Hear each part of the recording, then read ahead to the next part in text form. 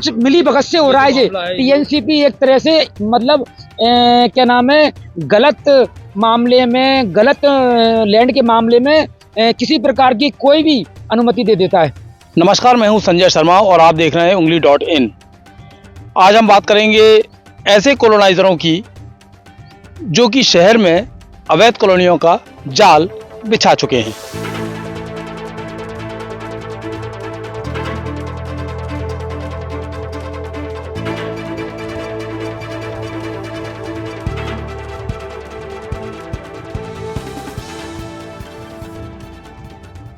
ग्वालियर के विकास के लिए जिम्मेदार नगर निगम, राजस्व विभाग, टाउन एंड कंट्री प्लानिंग, जिला प्रशासन समेत तमाम सरकारी एजेंसियां निजी बिल्डरों के हाथों शहर की बेशकीमती जमीनों को बेच रही हैं।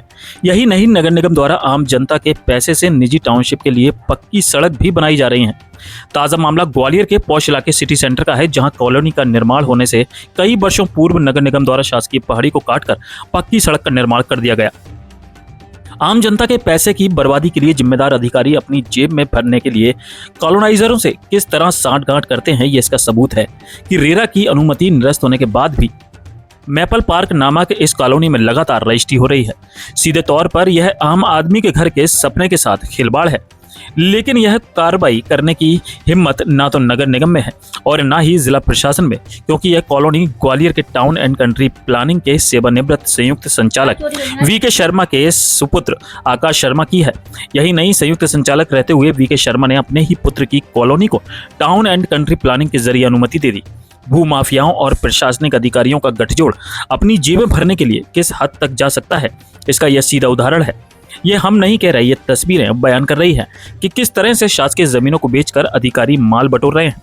आप देखेंगे कि एक निजी कॉलोनी के लिए हरी भरी शासकीय पहाड़ी को काटकर पक्की सड़क का निर्माण कर दिया गया, जबकि यही पैसा शहर की जर्जर सड़कों को दुरुस्त करने में उपयोग हो सकता था। पुत्र मोह का एक और नजारा आपको बताते हैं कि डबरा रोड के तुरारी ग्राम इलाके में काइलिंग असाइनमेंट प्राइवेट लिमिटेड के निर्माणाधीन प्रोजेक्ट को टाउन एंड कंट्री प्लानिंग के रिटायर्ड वरिष्ठ अधिकारी के पुत्र के चलते अनुमति दे दी गई है।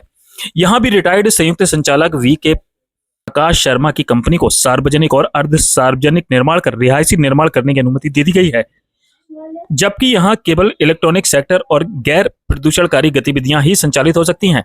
इन नजर डालने की हिम्मत नहीं पड़ी है। आपको बता दें कि टाउन एंड कंट्री प्लानिंग के रिटायर्ड संयुक्त संचालक वी के शर्मा द्वारा अपने ही पुत्र की कॉलोनी बनाने की अनुमति दे दी थी, जबकि नियम अनुसार कोई भी शासकीय अधिकारी या कर्मचारी अपने किसी परिजन के प्रोजेक्ट के लिए अनुमति नहीं दे सकता।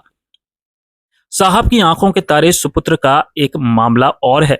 डबरा रोड के तुरारी ग्राम इलाके में काइलिंग असाइनमेंट प्राइवेट लिमिटेड के निर्माणाधीन प्रोजेक्ट को टाउन एंड कंट्री प्लानिंग के रिटायर्ड वरिष्ठ अधिकारी के पुत्र के चलते अनुमति दे दी गई है। यहां रिटायर्ड संयुक्त संचालक वी के शर्मा पुत्र आकाश शर्मा की कंपनी को सार्वजनिक और अर्ध सार्वजनिक निर्माण पर रिहायशी निर्माण करने की अनुमति दे दी गई है, जबकि यहां केवल इलेक्ट्रॉनिक सेक्टर और गैर प्रदूषणकारी गतिविधियां ही संचालित हो सकती हैं। इस मामले में वर्तमान संयुक्त संचालक के कुशवाहा का कहना है कि सब कुछ नियमानुसार हुआ है।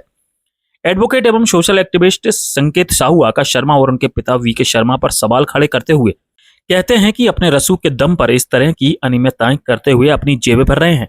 हमने इस मामले में कई शिकायतें की हैं। रजिस्ट्रार भी लगातार इन अवैध कॉलोनियों की रजिस्ट्री करने में जुटा है, जिससे घर का सपना देख रहे आम आदमी को ठगी का सामना करना पड़ सकता है। बहरहाल कॉलोनाइजर्स का फर्जीवाड़ा जारी है और जारी है भ्रष्ट अधिकारियों की काली कमाई। लेकिन बड़ा सवाल यह है कि इस अवैध फर्जी बाड़े पर लगाम कौन लगाएगा।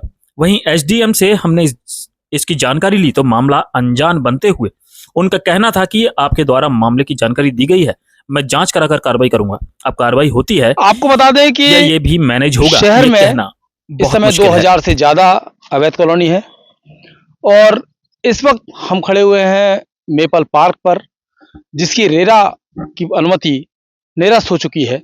और एक मामला और है यहाँ पर, आपको बता दें कि यहाँ मैं आपको एक बार दिखाना चाहूँगा। ये मेपल पार्क की कॉलोनी है, ये अभी निर्माणाधीन है और यहाँ पर साफ तौर पर अपने रसूख का इस्तेमाल किया गया है। एक रिटायर्ड टीएनसीपी के संयुक्त संचालक द्वारा कॉलोनी बनने से पहले ही, मैं आपको एक बार दोबारा से दिखाना चाहूँगा, ये रोड डाल दी गई। नगर निगम के द्वारा ये रोड डाली गई है अवैध रूप से। चूंकि ये कॉलोनी नहीं बनी थी, लेकिन 2020 में इस रोड को, यानी आप समझ सकते हैं 5 साल पहले ही रोड डाल दी गई क्यों? क्योंकि ये कॉलोनी जो कोलोनाइजर है इसको लाभ पहुंचाना था। और आपको बता दें ये कोलोनाइजर वो हैं जो कि टाउन एंड कंट्री प्लानिंग के जो संयुक्त संचालक हैं वीके शर्मा, उनके पुत्र हैं। और इनके जो पुत्र हैं वो इस समय तमाम सारी कॉलोनियां शहर में काट रहे हैं। हालांकि इसकी रेरा की परमिशन रद्द हो गई है, लेकिन बावजूद इसके यहाँ पर रजिस्ट्रियां भी जारी हैं और लगातार इनका फर्जीवाड़ा भी जारी है। लेकिन सबसे अहम बात यहाँ पर जो है लोगों के आशियाने के साथ खिलवाड़ हो रहा है। अब देखना ये है किस तरह से यहाँ पर सरकार जागेगी। चूंकि आपको बता दें कि जो एरिया है ये कलेक्ट्रेट के ठीक पीछे है। और यहाँ पर एक मामला और भी है कि यहाँ पर जो परमिशन ली गई है, जो अनुमति ली गई है, वो 20 बीघा की ली गई है, जो कि डेवलप इनको करना था 20 बीघा में, लेकिन अब इन्होंने मात्र 10 बीघा में ही इसको डेवलप कर रहे हैं, इस कॉलोनी को। तो कहीं ना कहीं जो नियमों को धता बताकर, नियमों के परे शासन प्रशासन के नियमों के साथ में खिलवाड़ यहाँ पर नजर आ रहा है। अब देखना ये है कि चूंकि आपको बता दें कि लगातार मोहन यादव यहाँ पर अवैध कॉलोनी के खिलाफ जंग छेड़े हैं, लेकिन यहाँ पर जो उनके कर्मचारी हैं, जो अधिकारी हैं, वही अपने रसूख का इस्तेमाल करके अवैध कॉलोनियों का एक बड़ा जाल जो है तैयार कर रहे हैं। कुछ मिली भगत से हो रहा है। टीएनसीपी एक तरह से मतलब क्या नाम है, गलत मामले में, गलत लैंड के मामले में किसी प्रकार की कोई भी अनुमति दे देता है। वही टीएनसीपी के संयुक्त संचालक रहे हैं आकाश शर्मा, जो काइलिन असाइनमेंट प्राइवेट लिमिटेड के संचालक हैं, डायरेक्टर हैं। उनके पिता हैं वीके शर्मा, जो कि संयुक्त संचालक रहे टीएनसीपी में 20 साल तक। लेकिन अब अचानक से आकाश शर्मा के पास इतनी संपत्ति कहाँ से आई जो इतनी बड़ी बड़ी कॉलोनी का निर्माण करने लगे? किस तरह से, चूंकि बड़ी एक फर्म के डायरेक्टर भी बन गए, अब चूंकि उनके द्वारा ही अवैध रूप से जो है जिस तरह से अनुमति दी गई है, उस पर सवाल खड़े हो रहे हैं। देखिए, जो आकाश शर्मा है, उनके जो पिताजी वीके शर्मा जी हैं, वो टीएनसीपी में संयुक्त संचालक रह चुकी हैं। तो कहीं ना कहीं उन्होंने अपने प्रभाव का उपयोग करके गलत तरीके से जो अनुमति ली है वो निरस्त होनी चाहिए। दूसरी बात ये आकाश शर्मा वो ही हैं जो एक तरह से नरोत्तम मिश्रा के जो करीबी हैं, रोहित वाधवा जो वही हैं जो इस कंपनियों के, कई कंपनियों के डायरेक्टर रहे हैं। और कई क्या नाम है ऐसी ज़मीनें हैं जिसमें इनका एक तरह से अवैध कॉलोनी बसी हुई है। अभी हाल ही में सेल्स टैक्स ने भी छापा मारा था। तो कहीं ना कहीं गलत सब कुछ हो रहा है, लेकिन प्रशासन सिर्फ एक छोटी सी कार्रवाई करता है और शांत बैठ जाता है। जब तक इस मामले में जड़ नहीं खोदी जाएगी, जब तक इस मामले में ऊपर से लेकर नीचे तक कार्रवाई नहीं होगी, तब तक ये इसी प्रकार से अवैध कॉलोनी बसती रहेंगी। शिकायत करते रहे तो इस मामले में शिकायत करेंगे?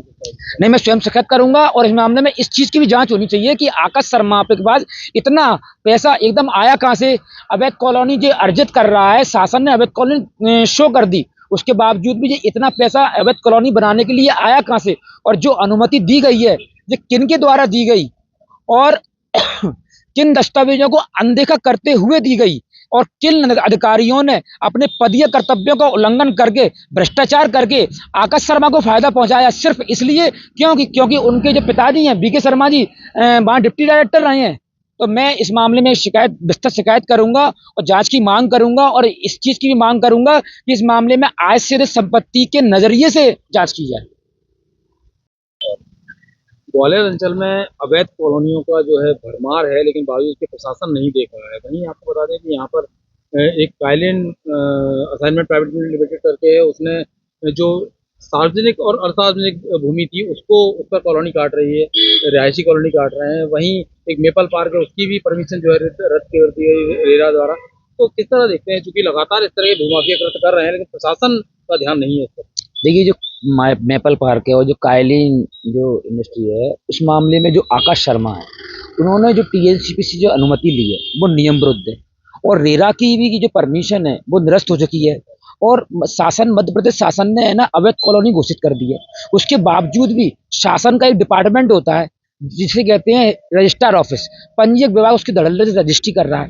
हमने इस मामले में कई कंप्लेंट की हैं, लेकिन शासन प्रशासन कोई कार्रवाई नहीं कर रहा है। एक्चुअली में मास्टर प्लान 2035 जब आया था तो उस समय जो इस बार जो नया हमने उपयोग इंट्रोड्यूस किया है वो मिश्रित उपयोग, क्योंकि आदतन देखा जा रहा था कि आवासीय के अंदर पीएसपी और और आपके वाणिज्य उपयोग का उपयोग ज़्यादा हो रहा था। उसी प्रकार से आप देखे जाए कि वाणिज्य के अंदर आवासीय और इसी पीएसपी के अंदर आवासीय और वो हो रहे थे। तो इसका जब अध्ययन किया गया 2014 से 21 का जो मास्टर प्लान था उसके बीच में, तो पाया गया कि ये मिक्स का मामला बहुत ज़्यादा ही वो हो रहा था।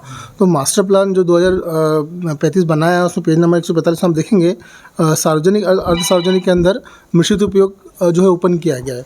और उसी में पेज नंबर आप 117 पे देखेंगे तो मिश्रित उपयोग की जो परिभाषा जो यहाँ पे लिखी हुई है, तो मिश्रित उपयोग से तात्पर्य ऐसे उपयोग परीक्षण है जो कि इस विकास योजना में उल्लेखित किया गया है जिसके परिक्षेत्र में आवासीय, वाणिज्यिक, सार्वजनिक मतलब जिसको हम पीएसपी बोलते हैं, परिक्षेत्र तथा उसमें स्वीकृत गतिविधियाँ मान्य होंगी। मतलब इस तीनों के अंदर जो भी गतिविधियाँ आ रही है, जहाँ भी मिश्रित लिखा हुआ है वहाँ वो मान्य होगी। किंतु एक पॉइंट और इसमें लिखा हुआ है कि ऐसे जो क्षेत्र हैं, मान लो पीएसपी है तो पीएसपी के अंदर वो 100% मान्य नहीं होगा, उसमें 50% ही हम आवासीय दे पाएंगे। बस यही मामला और कोई मामला नहीं है, जो कि पूरी तरीके से मास्टर प्लान में उल्लेखित शर्तों, नियमों और के हिसाब से दिया जा रहा है। कि ये जो टाउनशिप बन रही है ये पूर्व आपके जो नहीं ये इसमें 100% प्लॉटिंग नहीं है, इसमें 50% प्लॉटिंग है। जो क्योंकि इसमें पॉइंट नंबर 5 में भी लिखा गया है कि ऐसे उपयोग मतलब ऐसे उपयोग का मतलब, तो इसमें कुछ लोगों का मानना है कि ऐसे उपयोग के अंदर सारे उपयोग आ रहे हैं। तो सारे उपयोग की बात नहीं हो रही, सिर्फ मिश्रित उपयोग की बात हो रही है। मिश्रित उपयोग के अंदर केवल 3 ही उपयोग हैं आपके, आवासीय, वाणिज्य और पीएसपी। तो जहाँ जहाँ भी मिश्रित उपयोग खोला गया है इसका मतलब वहाँ पर आप ये चीज़ दे सकते हो। और हमारे डायरेक्टर सर के भी निर्देश थे, उन्होंने भी एक लेटर निकाला था जो कि मैंने आपको बताया अभी। उसमें साफ साफ लिखा हुआ था कि जहाँ भी मिश्रित उपयोग का मतलब ये परिलेख हुआ है वहाँ वो तीनों उपयोग को खोला जाए।